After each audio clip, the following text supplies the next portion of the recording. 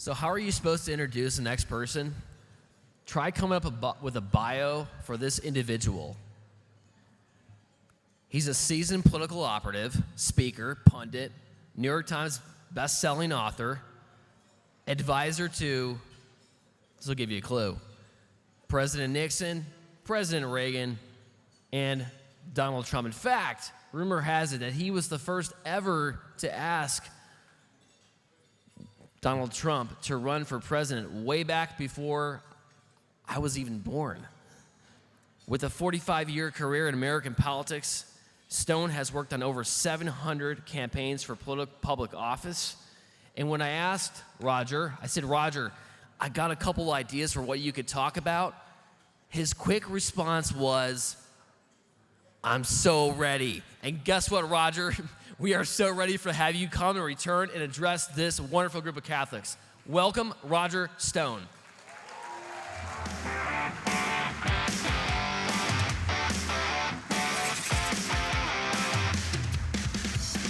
You will live as a Catholic, you will die as a Catholic, and I am proud of my Catholic faith. Thank you so much. Thank you so much. Please be seated. Thank you.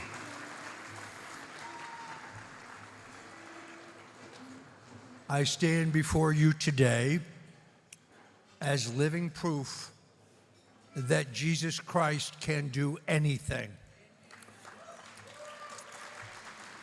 It is true that there are no atheists in foxholes, but I'm proud of my Catholicism. I'm proud of my heritage. I was baptized in St. Mary's Church in Norwalk, Connecticut, one of the most beautiful Catholic churches in the northeastern United States. Had my first Holy Communion at St. Aloysius in New Canaan, Connecticut. Also my Holy Confirmation in that same church. But I admit to you that I had wandered far from the church. I had grown up watching with my parents Reverend Fulton Sheen.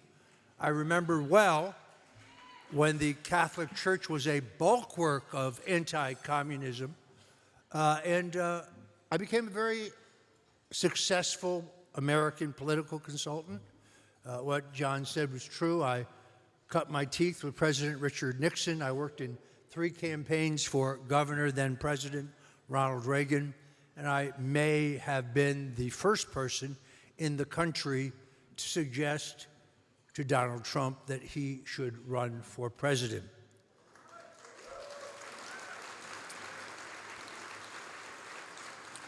But as I'm sure virtually all of you know, because of my long relationship with the president, I was targeted by Robert Mueller and his thugs. I was framed for non-existent crimes. While it is true that I made misstatements in my voluntary testimony before the House Intelligence Committee, no statement I made, or I should say no misstatement I made, had any ulterior motive. There was no underlying crime to hide, no Russian collusion, no WikiLeaks collaboration. And I admit to you that at first, I actually thought that as an American, I would get a fair trial, that I would have an opportunity to disprove these false charges against me. How very wrong I was. And I was subjected to a Soviet-style show trial in which the judge in my case denied me any reasonable defense. And I would later learn that the jury forewoman, who had sworn under oath during jury selection and the trial that she was unaware of who I was, that she was unfamiliar with my case, had actually been attacking me and President Trump on social media for an entire year prior to her being selected as a juror, and indeed the jury forewoman in my case. On that basis alone, my conviction should have been vacated, but the judge refused, insisting that these personal attacks on me were not evidence of bias.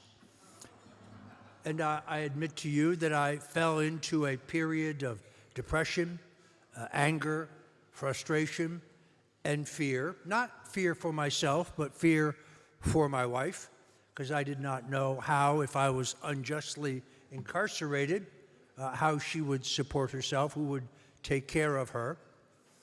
And it was then that a number of clerics, both Protestant, Catholic, Jewish, all urged me to seek refuge in the Lord. And I was admitting to you that at first I was skeptical. And then I broke out of this, and I was redeemed in the blood of the cross. And I stood in an open field with hundreds of other Christians. I confessed my sins. I pledged to sin no more. And it was as if cement blocks were removed from my shoulders. It changed my life in every way. Now, I will admit to you that I am not a saint. I am not a prophet.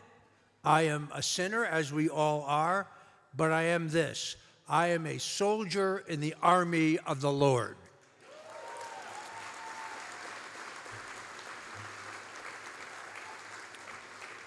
I am also a clear-eyed observer of the American political scene. And I can tell you that what we face today is not a struggle between Republicans and Democrats or liberals and conservatives. What we face is an epic struggle between dark and light, between evil and good, between the godless and the godly. And if we fail, my friends, this nation will step off into 1,000 years of darkness. It is up to every one of us. What would have happened if Moses had refused to lead his people out of bondage? What would have happened if Jesus Christ had refused the cross?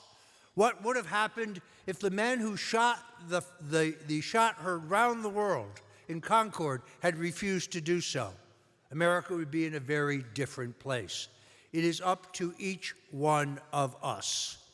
I have experienced firsthand the incredible power of prayer. Now, I also, in 2013, wrote a book on the assassination of our first Catholic president, President John F. Kennedy. And I observed what happened in Butler, Pennsylvania, and then shortly thereafter, right here in nearby West Palm Beach. Those who oppose our president, those who oppose this movement to redeem America, will stop at nothing. And therefore, every night when I say the rosary, when I pray the rosary, I begin my prayer, and I ask you to do the same, with a prayer for the protection and the safety of our president and his family.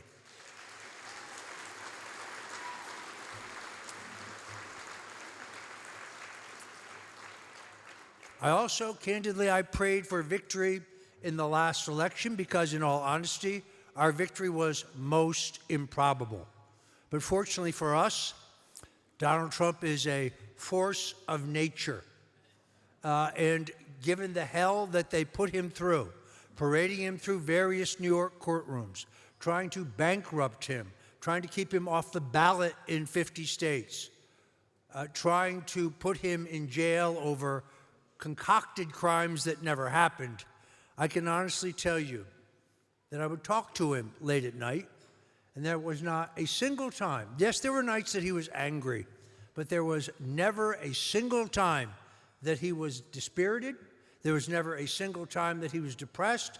There was not a single time that he was not confident of ultimate victory.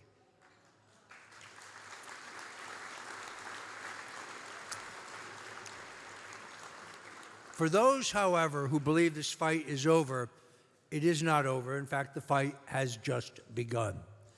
Now we're in a period, I call it judges gone wild, where we have judges, district judges, ruling on things that are not judiciable. In other words, areas where they have no authority against the executive power that the American people have awarded to Donald Trump.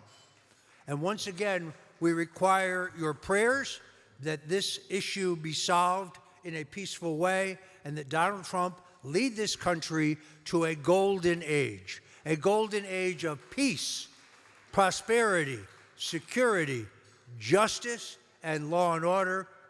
I am named by my parents Roger Joseph Stone, Jr. And I pray that our church will return to its moorings as a bulwark against communism, as a bulwark against authoritarianism, and as a church that celebrates free people. Thank you, and God bless you.